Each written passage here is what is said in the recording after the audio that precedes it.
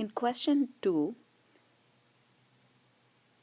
we'll use set notation to write down the sets that are described in words. So let's look at part A. The word description of the set is the set of all even numbers between but not including 8 and 64. So we write down all the even numbers between 8 and 64, and we make sure that 8 and 64 are not included in the set.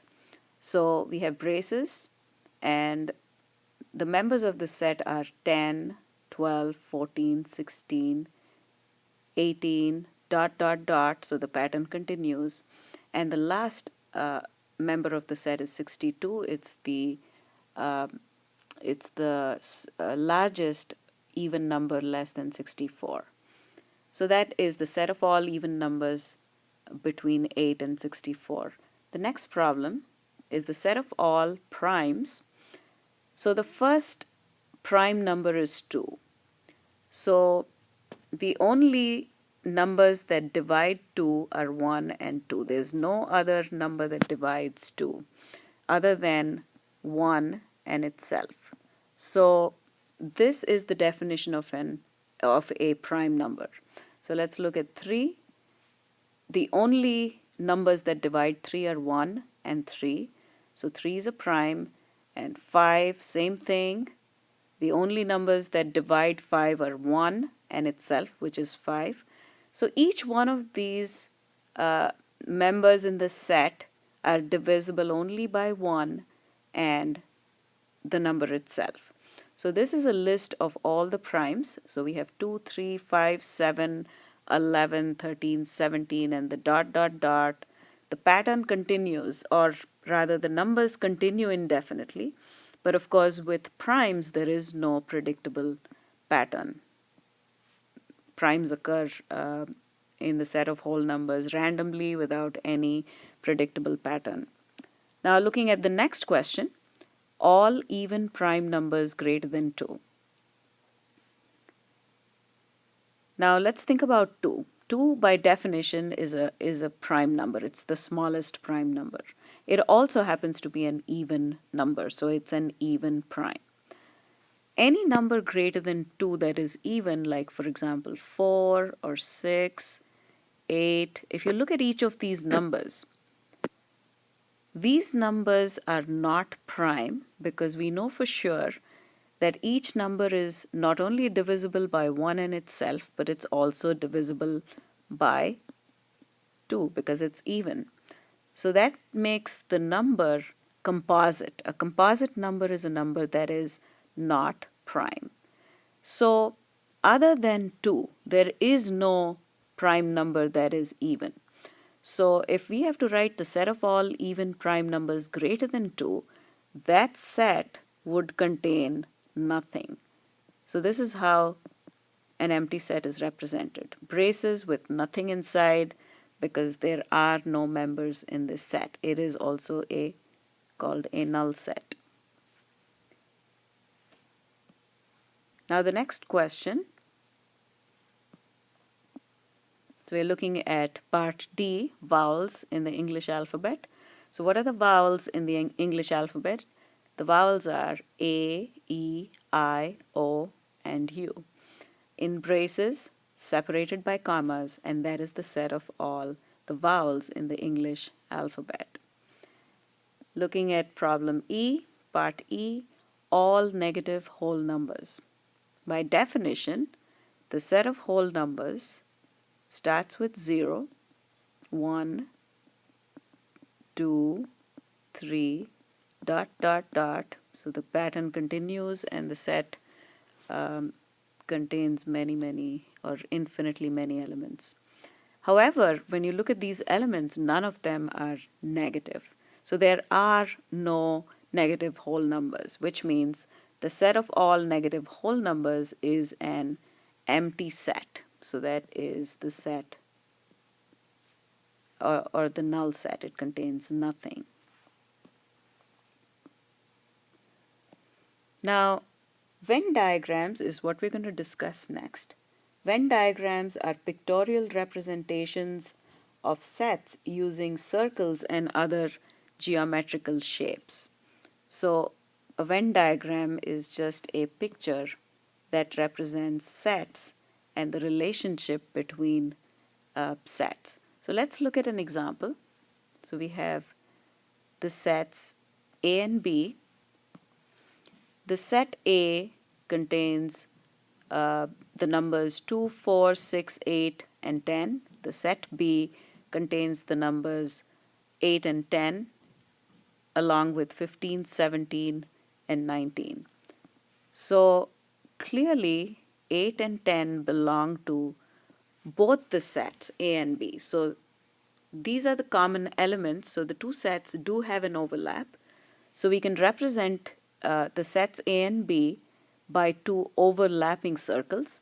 So the first circle is the set A, the second circle is the set B, and the overlap is the part of the set, this is the overlap, it contains two numbers 8 and 10. Now the second example, so we have the set A which contains the letters A and B, the set B contains the letters C, D, and E. Clearly, the two sets don't have an overlap. There's nothing in common between the two sets.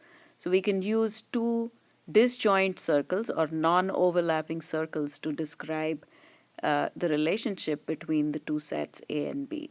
So the set A is a separate circle with A and B. The set B is a separate circle with C, D, and E. In question 3, we'll use Venn diagrams to describe the relationship between a pair of given sets. So part A, we have two sets, people with blood type O, that's one set, and people with Rh negative factor. So we have two sets, we can use two circles to represent the two sets, but we have to think about how these two sets interact. Are they overlapping or are they non-overlapping sets? So the question is, can there be a person who is blood type O and has the Rh negative factor? We know this is possible because a person with O negative blood type has blood type O and the Rh negative factor. So clearly the two sets overlap, and this is how we represent the two sets. The blood type O is a circle, the set of all people with Rh negative, another circle. They're overlapping circles because we know that a person can be both O and Rh negative.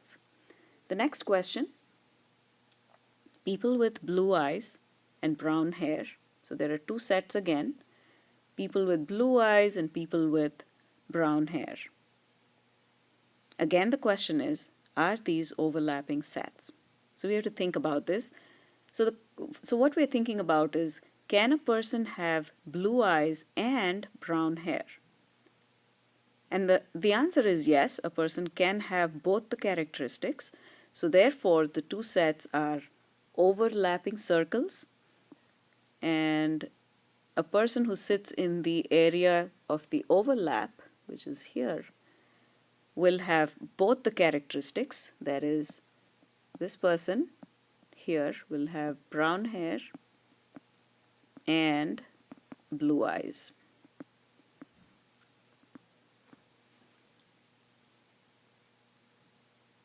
Now the next question, that is part C. The two sets are multiples of 3 and multiples of 6. So what is a multiple of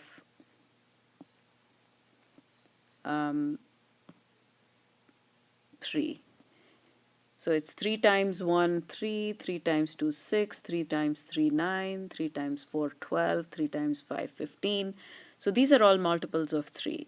The second set contains multiples of 6. 6 times 1, 6. 6 times 2, 12. 18, 24, and so on. Now if we compare the two sets, look at the first element of B. It's a multiple of 6, so it sits in B. It's also a multiple of 3, so it sits in the set A. The second element in B, 12, sits in B because it's a multiple of 6. It's also a multiple of 3, so it also sits in the set A. And clearly, all the elements in set B are also in set A. So there is an overlap and more. The entire set B contains in the set A. So the set B contains multiples of 6, the set A contains multiples of 3, the set B is completely contained inside the other. Now let's look at part D. So the two sets are birds and fish. The set of all birds and the set of all fish. Do we want these two sets to overlap? Let's think about it. Can an animal be both a bird and a fish? And clearly that's impossible. So therefore, these two sets are non-overlapping. There can be nothing common to the two sets. So we represent the two sets by non-overlapping circles. So the set of all birds is a separate circle, and the set of all fish is a circle, and clearly they should not be overlapping. Part E, people with diabetes and people with high blood pressure.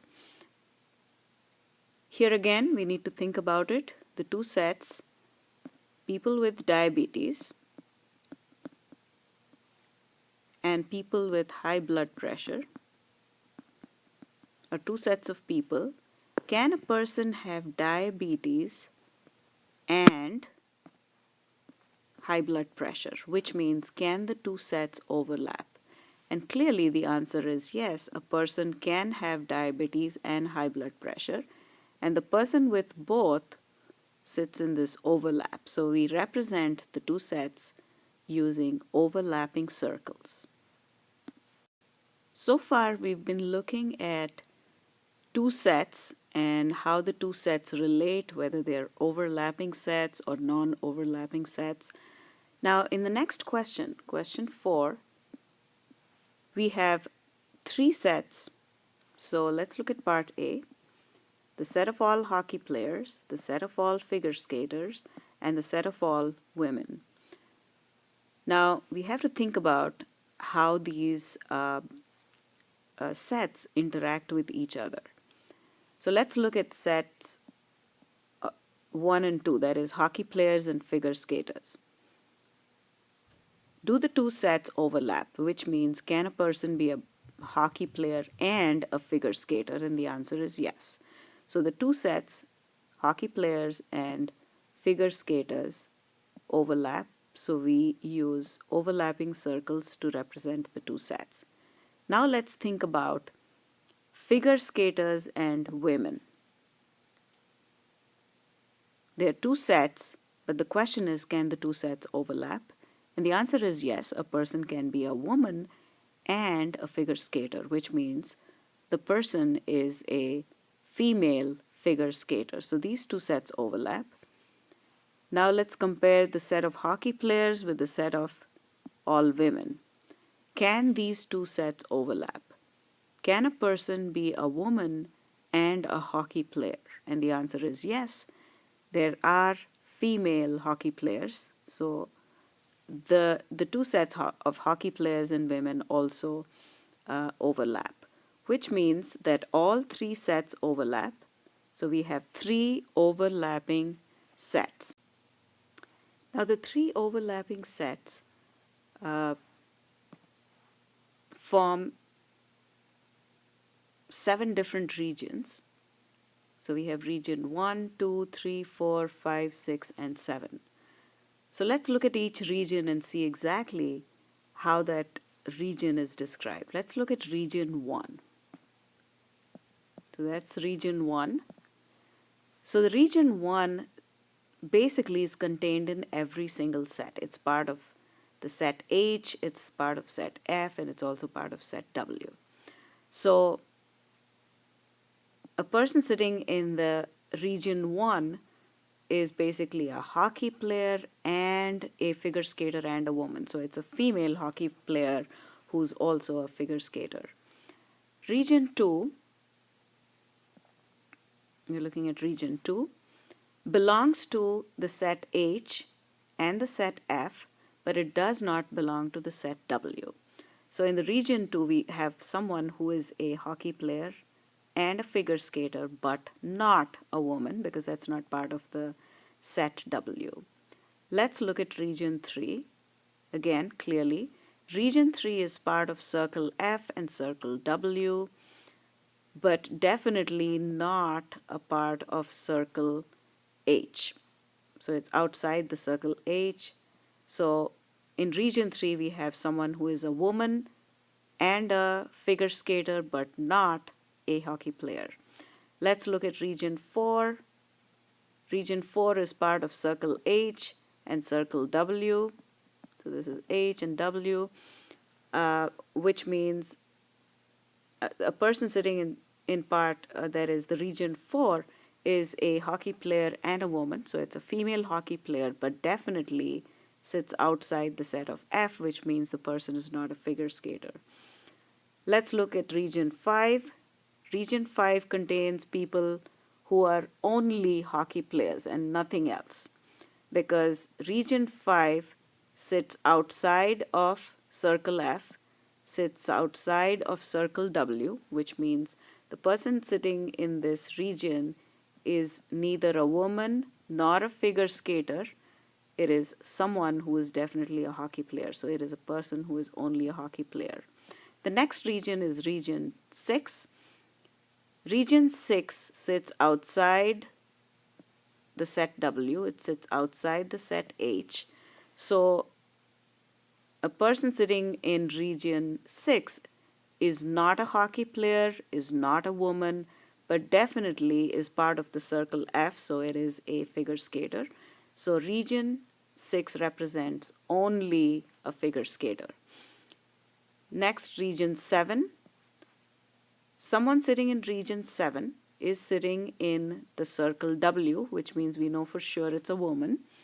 It sits outside the circle H and it sits outside the circle F. So it is not a figure skater, and the person sitting here is not a hockey player. So a person sitting here is a woman only, and which means not a figure skater and not a hockey player.